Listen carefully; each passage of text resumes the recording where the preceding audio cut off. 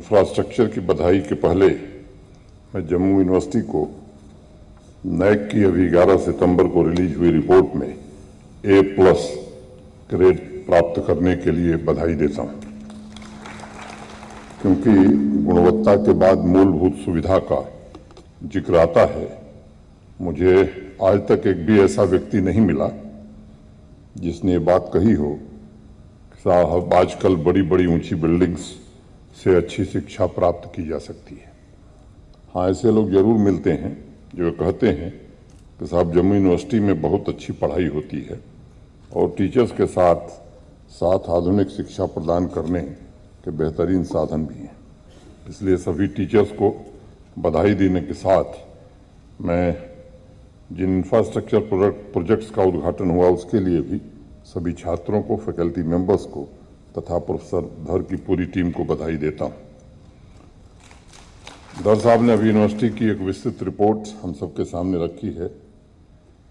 एक रिपोर्ट 11 तारीख को मैंने भी नेक के कार्यक्रम में देखी और मैं कह सकता हूं कि आज के स्टैंडर्ड के अनुसार पाठ्यक्रम, टीचिंग लर्निंग, मूल्यांकन, research infrastructure, learning resource, student support, governance, leadership, management, innovative तथा बेस्ट प्रैक्टिसेस में जम्मू यूनिवर्सिटी ने बेहतरीन प्रदर्शन किया है और मुझे उम्मीद है कि आने वाले दिनों में आप सभी मिलकर जम्मू यूनिवर्सिटी को एक नए मुकाम पर ले जाएंगे।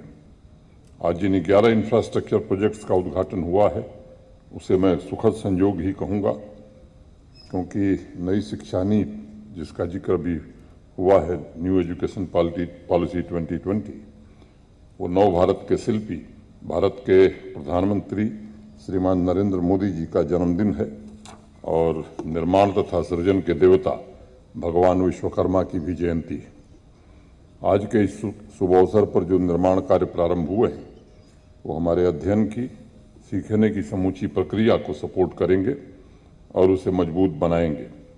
यह मैं पूरे यकीन के साथ कह सकता हूँ। संस्कृत का एक श्लोक है, विद्वत्वच्च नृपत्वंच नैव तुल्यम कदाचन स्वदेशे पूज्यते राजा विद्वान सर्वत्र पूज्यते। विद्वानों को न सिर्फ अपने देश में बल्कि पूरी दुनिया में सम्मान मिलता है और उसके पीछे सबसे बड़ा कारण है कि सिर्फ विद्वानों में ही ईश्वरीय गुण विराजमान होता है, जिससे वो छात्रों में रचनात्मकता, इनोवेशन, चिंतन, कौशल के साथ साथ सामाजिक और नैतिक दायित्वों का भी एहसास करा सकते हैं।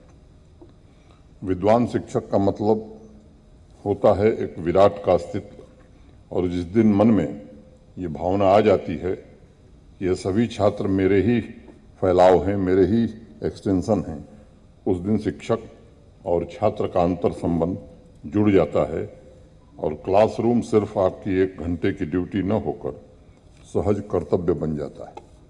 एक छोटी सी कहानी आप में से अनेक लोगों ने सुनी होगी, यहीं की कहानी है, किसी ने मुझे बताया था। एक टूरिस्ट आया था और पीर पंजाल की पहाड़ी पर अपना बैग लिए चढ़ रहा था। पसीने से लथपथ था, तेज धूप निकली हुई थी। पहाड़ी का चढ़ाव आप खुद समझ सकते हैं कितना ऊंचा है, और तभी उसकी नज़र अपने पीछे उसी पहाड़ी पर चढ़ते हुए एक बच्ची पर पड़ी जो कोई 12 साल की रही होगी, 13 साल की, और अपने 5 या 6 साल के छोटे भाई को कंधे पर बिठाए तेजी से आगे बढ़ रही थी। वह भी पसीने से लथपथ थी। उस टूरिस्ट ने उस बच्ची से कहा कि बेटी तुम्हें तो बड़ा बोझ मालूम हो रहा होगा। उस बच्ची ने जो जवाब दिया, चौंक के देखा और टूरिस्ट से कहा कि चाचा जी, बोझ तो आप उठाए हैं, ये तो मेरा छोटा भाई है। सबसे बड़ा फर्क यही है कि आप क्लासरूम को अपनी ड्यूटी का वजन रोस्टर के तराजू पर तौलते हैं या अपने सहज कर्तव्य के तराजू पर तौलते हैं। फिर शिक्षा और शिक्षण दोनों ही निर्बोझ हो सकते हैं। मित्रों, एक और बात कहना चाहूँगा, यूनिवर्सिटी अब साधारण छात्र का निर्माण करने का जोखिम नहीं उठा सकती है। अब हर छात्र में असाधारण गुण होना चाहिए और समय के साथ बदलाव की क्षमता भी विकसित होनी चाहिए। ऐसे कितने छात्र हर साल आपकी आंखों के सामने से गुजरते होंगे, जिन्हें देखकर आप कह सकते हैं कि ये बिल्कुल मेरे जैसा है। इसमें वैसी ही ज्ञान की इनोवेशन की जिज्ञासा है जैसे कभी मेरे अंदर थी।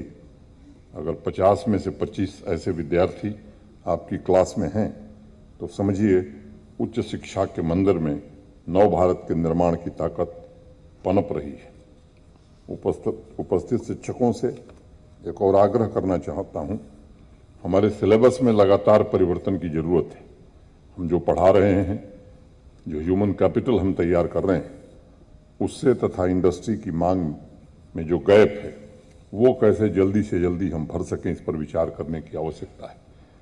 इसलिए इस बात पर आजकल खासकर जोर दिया जा रहा है कि इंडस्ट्री की डिमांड के अनुसार सिलेबस में परिवर्तन किए जाएं। नई शिक्षा नीति भी कहती है कि पढ़ाई के अलावा छात्र के अंदर के व्यक्तित्व के विकास पर भी जोर दिया जाना चाहिए। हम जो भविष्य के निर्माता तैयार कर रहे हैं उनमें करुणा, शालीनता तथा संवेदनशीलता भी हो, ये बड़ा आवश्यक है। The key driving force for the future is knowledge.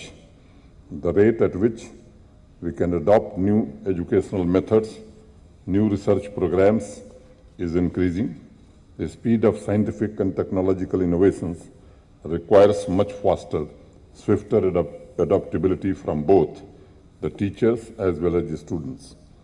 Teachers will have to continuously evolve new mechanisms to enrich the syllabus, and the students will have to learn things which may not be available in the syllabus.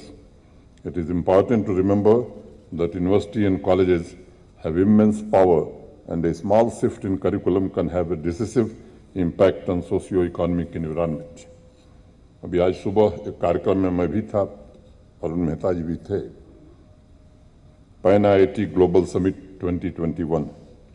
वहाँ मैंने एक बात कही कि जिस तेजी से innovation हो रहे हैं, जिस तेजी से तकनीक बदल रही है और उसे ओवरटेक करने के लिए एक नई तकनीक जन्म ले रही है, उसी प्रकार से मुझे लगता है कि शिक्षा के क्षेत्र में भी इसी प्रकार का बदलाव हो रहा है।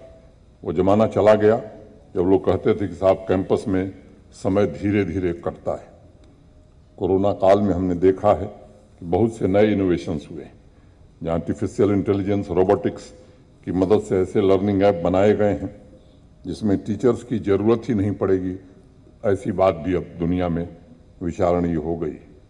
पैन IIT के चेयरमैन श्री कृष्णधर ने मुझे कार्यक्रम का एक जो ब्रोशर भेजा था, उसमें लिखा था कि change is happening so fast that formal education में become obsolete even before it has been completed. In my keynote address before the stalwarts of industry, I did mention that the day is not far when there won't be any electricity cable or solar panel.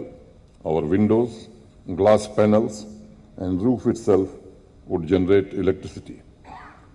Maybe within few years, we will have to replace the street lights in our cities because innovations in kinetic roads will generate their own energy to provide power. सामान्य तौर पर बचपन से बड़े होने तक हम 18-19 साल तक 15 से 18-19 साल तक शिक्षा ग्रहण करते हैं और सोचते हैं चलो भाई ये काम खत्म हुआ। ऐसा नहीं है। अब जो परिवर्तन हो रहे हैं, अगर उसके साथ कदम से कदम मिलाकर चलना है तो जीवन भर प्रोडक्टिव काम करना है। लाइफ लॉन्ग लर्निंग के अलावा कोई दूसरा विकल्प नहीं है। मित्रों, जम्मू कश्मीर प्रशासन ने कभी भी रिसोर्सेस की कमी नहीं होने दी है। यूनिवर्सिटी कॉलेज को बजट के लिए आज तक दिक्कत मुझे लगता है नहीं आई है। आज रामनगर, रियासी और कठुआ के कैंपस के इंफ्रास्ट्रक्चर के साथ साथ जम्मू के स्पोर्ट्स हॉस्टल का भी उद्घाटन हुआ है। शिक्षा और स्पोर्ट्स दोनों क्षेत्रों में नौजवानों की प्रतिभा को निखारने के लिए जम्मू कश्मीर यूटी देश के अन्य राज्यों से कहीं ज़्यादा पैसा खर्च कर रही है। आप में से बहुत सारे लोगों को पता होगा कि जम्मू कश्मीर यूथ सर्विसेज और स्पोर्ट्स का बजट इस साल का 513 करोड़ रुपए का है। आपको आश्चर्य होगा कि देश की सबसे बड़ी आबादी का प्रदेश उत्तर प्रदेश, वहाँ स्पोर्ट्स तथा यूथ सर्विसेज का कुल बजट जम्मू कश्मीर के बजट से आधा है, 254 करोड़ रुपए। लोग कह सकते हैं कि उत्तर प्रदेश से तुलना क्यों की जा रही है। अगर मैं आपसे एक दूसरी बात कहूं कि स्पोर्ट्स विभाग को पैसे देने के मामले में, खिलाड़ियों के लिए सहूलियत जुटाने के मामले में हम महाराष्ट्र जैसे विकसित राज्य से भी बेहतर है। महाराष्ट्र सरकार का इस साल का शिक्षा एवं स्पोर्ट्स का कुल बजट 2461 करोड़ रुपए का है। अगर हम जम्मू कश्मीर के शिक्षा एवं स्पोर्ट्स के बजट को मिलाकर देखें तो ये 2386 करोड़ रुपए बनता है, यानी 12 करोड़ की आबादी वाले विकसित राज्य से सिर्फ 75 करोड़ कम, जबकि हमारी आबादी 1.25 करोड़ या 1 करोड़ 30 लाख है। मोटे तौर पर मैं कह सकता हूं कि 10 गुनी कम आबादी होने के बाद भी महाराष्ट्र से महज 75 करोड़ रुपए कम हमारा बजट है। इसका साफ मतलब है कि अपने बजट से जम्मू कश्मीर एक बड़ा संदेश दे रहा है कि हम शिक्षा तथा स्पोर्ट्स सेक्टर में अन्य राज्यों की तुलना में न सिर्फ बजट के मामले में बल्कि युवा शक्ति को सही मार्गदर्शन देने के मामले में भी आगे रहना चाहते हैं। अभी मेहता जी ने विस्तार से अपनी बात कही है। किसी भी सरकार के लिए असंभव है आज के समय में कि सबको सरकारी नौकरी दी जा सके।